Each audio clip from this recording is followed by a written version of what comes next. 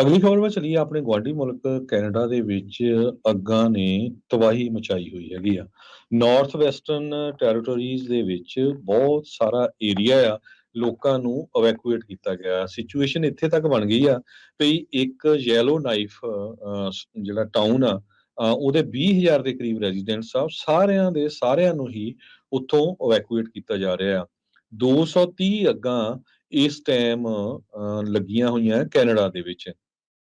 ਇੱਕ ਜਿਹੜੀ ਸਭ ਤੋਂ ਵੱਡੀ ਅੱਗ ਜਿਸ ਟਾਊਨ ਦੇ ਲਾਗੇ ਲੱਗੀ, ਉਹ ਯੈਲੋ ਨਾਈਫ, ਉਹ 1,65,000 ਹੈਕਟੇਅਰਸ ਏਰੀਏ ਨੂੰ ਕਵਰ ਕਰ ਰਹੀ ਆ, ਜੋ ਕਿ 600 ਸਕੁਅਰ ਮਾਈਲ ਬਣਦਾ ਆ। ਤੁਸੀਂ ਦੇਖ ਲਓ ਵੀ 600 ਮਾਈਲਸ ਇੱਕ ਪਾਸੇ ਨੂੰ, 600 ਮਾਈਲ ਦੂਸਰੇ ਪਾਸੇ ਨੂੰ। ਬਹੁਤ ਹੀ ਖਤਰਨਾਕ ਸਿਚੁਏਸ਼ਨ ਕੈਨੇਡਾ ਦੇ ਵਿੱਚ ਬਣੀ ਹੋਈ ਆ। ਸੋ ਹੁਣ ਇਹ ਸਾਰੇ ਕਾਸੇ ਦੇ ਨਾਲ ਆਪਣੀ ਗੁਆਂਢੀ ਸਟੇਟ ਜਿਹੜੀ ਇੱਧਰ ਹੈਗੀ ਆ, ਬ੍ਰਿਟਿਸ਼ ਕੋਲੰਬੀਆ, ਉਹ ਕਹਿੰਦੇ ਵੀ ਕੈਟਾਸਟ੍ਰੋਫਿਕ ਉੱਥੇ ਆ ਸਕਦੀ ਆ, ਬਹੁਤ ਵੱਡੀ।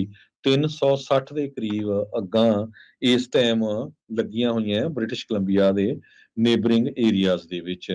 ਸੋ ਜਿਸ ਹਿਸਾਬ ਦੇ ਨਾਲ ਹੀਟ ਆ, ਹਵਾਵਾਂ ਚੱਲ ਰਹੀਆਂ ਹੈਗੀਆਂ ਆ, ਸੋ ਬਹੁਤ ਜ਼ਿਆਦਾ ਨੁਕਸਾਨ ਬ੍ਰਿਟਿਸ਼ ਕੋਲੰਬੀਆ ਦੇ ਵਿੱਚ ਹੋ ਸਕਦਾ। ਇਹ British Columbia wildfire service ਆ, ਉਹਨਾਂ ਨੇ ਦੱਸਿਆ ਆ। ਸਾਡਾ ਖੁਦ ਦਾ ਮੁਲਕ ਜਿਹੜਾ USA ਆ, ਇਹਦੇ ਵਿੱਚ ਏਅਰ ਕੁਆਲਿਟੀ ਅਲਰਟ ਆਲਰੇਡੀ ਜਾਰੀ ਕੀਤਾ ਹੋਇਆ ਹੈਗਾ ਆ, ਕਿਉਂਕਿ ਬਹੁਤ ਸਾਰਾ ਧੂੰਆਂ ਆ ਉਹ ਨਾਰਥ ਵੈਸਟਰਨ ਟੈਰੀਟੋਰੀਜ਼ ਆਫ ਕੈਨੇਡਾ, ਉਹ USA ਦੇ ਵਿੱਚ ਆ ਰਿਹਾ। ਖਾਸ ਕਰਕੇ ਮਿਨੀਸੋਟਾ ਵਾਲਾ ਜੋ ਏਰੀਆ ਹੈਗਾ ਆ, ਉੱਥੇ ਬਹੁਤ ਹੀ ਜ਼ਿਆਦਾ ਧੂੰਆਂ ਆ, ਤੇ ਏਅਰ ਕੁਆਲਿਟੀ ਦਾ ਜਿਹੜਾ ਅਲਰਟ ਆ ਉਹ ਜਾਰੀ ਕੀਤਾ ਹੋਇਆ ਹੈਗਾ।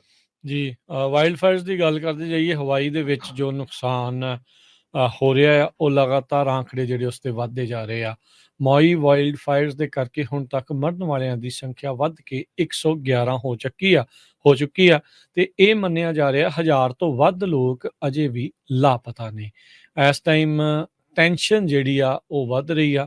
ਇਹਦਾ ਕਾਰਨ ਕੀ ਬਣਿਆ ਤੇ ਇਸ ਦੇ ਰਿਸਪੌਂਸ ਆ ਉਸ ਨੂੰ ਲੈ ਕੇ। ਸੋ ਮਾਈ ਦੇ ਜਿਹੜੇ ਪੁਲਿਸ ਚੀਫ ਨੇ, ਜੌਨ ਪੈਲੀਟੀਅਰ, ਉਹਨਾਂ ਨੇ ਜਿਹੜਾ ਉਹ ਕਿਹਾ ਵੀ ਹੁਣ ਤੱਕ ਘੱਟੋ ਘੱਟ 111 ਲੋਕ, ਜਿਨ੍ਹਾਂ 'ਚ ਬੱਚੇ ਵੀ ਸ਼ਾਮਲ ਆ, ਪਿਛਲੇ ਹਫ਼ਤੇ ਦੀ ਇਸ ਅੱਗਾਂ ਦੇ ਵਿੱਚ ਚੱਲ ਵਸੇ ਨੇ। ਸੋ 1000 ਤੋਂ ਉੱਤੇ ਲੋਕ ਅਨਅਕਾਊਂਟਡ ਨੇ। ਹਵਾਈ ਦੇ ਗਵਰਨਰ ਜੋਸ਼ ਗ੍ਰੀਨ ਨੇ ਦੱਸਿਆ 2000 ਤੋਂ ਵੱਧ ਜਿਹੜੇ ਘਰ ਤੇ ਬਿਜ਼ਨਸਿਸ ਉਹ ਸੜ ਕੇ ਸਵਾਹ ਹੋ ਚੁੱਕੇ ਨੇ। ਇਸ ਦੇ ਬਾਰੇ ਜਿਹੜਾ ਆ ਅੱਗ ਕਿਉਂ ਲੱਗੀ ਆ, ਉਸ ਦਾ ਅਜੇ ਤੱਕ ਪਤਾ ਨਹੀਂ ਲੱਗਾ। ਮੌਈ ਦੇ ਵਿੱਚ ਜਿਹੜੀ ਮੇਜਰ ਪਾਵਰ ਕੰਪਨੀ ਆ ਬਿਜਲੀ ਵਾਲੀ, ਹਵਾਈਅਨ ਇਲੈਕਟ੍ਰਿਕ ਆ, ਲੋਕ ਉਹਨਾਂ ਦੇ ਉੱਤੇ ਵੀ ਸਵਾਲ ਜਿਹੜਾ ਉਹ ਚੁੱਕ ਰਹੇ ਆ।